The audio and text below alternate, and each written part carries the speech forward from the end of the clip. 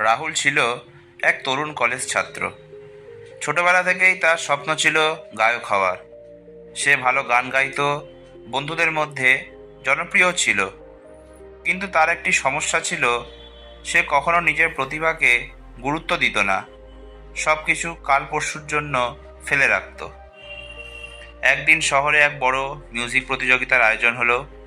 বিজয়ীকে দেওয়া হবে একটি অ্যালবাম রেকর্ড করার সুযোগ। রাহুলের বন্ধুরা তাকে বলল, রাহুল, তুই এখনই নাম লেখা, এটাই তো তোর স্বপ্ন পূরণের সুযোগ। রাহুল বলল, হ্যাঁ করব, কিন্তু এখনো তো সময় আছে, কালকেই ফর্ম ভরব। কিন্তু সেই কাল আর এলো না। শেষ দিনে যখন রাহুল ফর্ম জমা দিতে গেল, তখন শুনল রেজিস্ট্রেশন বন্ধ হয়ে গেছে। সে ভীষণ কষ্ট পেল। জীবনের সবচেয়ে বড় সুযোগ হাতছাড়া হলো তার অলসতার কারণে।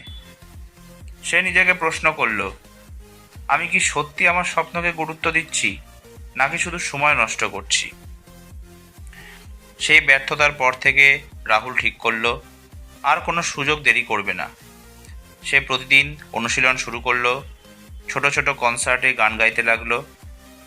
কিছু মাস পর আরেকটি সুযোগ এলো।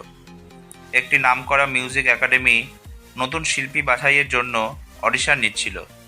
অনেকেই বলল, এগুলোতে তো হাজার মানুষ আসে, সুযোগ পাওয়া সহজ নয়। কিন্তু রাহুল এবার আর দেরি করলো না। খবর শোনার দিনই সে ফর্ম জমা দিল এবং প্রস্তুতি শুরু করলো।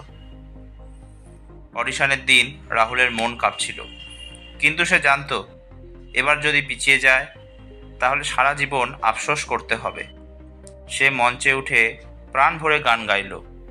বিচারকরা মুগ্ধ হলেন। কয়েক সপ্তাহের মধ্যেই রাহুল সেই একাডেমিতে নির্বাচিত হলো। তার জীবন বদলে গেল। আজ সে পরিচিত গায়ক এবং সবাই বলে, যদি প্রথম সুযোগ হারিয়ে না ফেলতো তবে হয়তো আজকের এই সাফল্য আসতো না। কিন্তু সে ব্যর্থতাই তাকে শিখিয়েছিল, সুযোগকে অবহেলা করলে ক্ষতি হয়, আর সঠিক সময় সঠিক পদক্ষেপই স্বপ্নকে বাস্তব রূপ দেয়। এই গল্প থেকে আমরা এই শিক্ষাই পাই, এক, সুযোগ বারবার আসে না, তাই দেরি না করে কাজে লেগে পড়া দরকার। 2, ব্যর্থতা আমাদের সবচেয়ে বড় শিক্ষক। আর 3, যারা সঠিক সময় পদক্ষেপ নেয় তারাই জীবনে এগিয়ে যায়। রাহুল যদি দ্বিতীয়বারও দেরি করত তবে হয়তো আজও স্বপ্নই দেখত। কিন্তু সে শিখেছিল, সঠিক সময় সঠিক পদক্ষেপই জীবনের মোড় ঘুরিয়ে দেয়। আজকের গল্পটি এই পর্যন্তই। গল্পটি ভালো লাগলে প্লিজ ভিডিওটি লাইক, শেয়ার আর চ্যানেলটি সাবস্ক্রাইব করতে ভুলবেন না। আরও এরকম নতুন গল্প নিয়ে আমি আপনাদের সামনে উপস্থিত হব। ধন্যবাদ।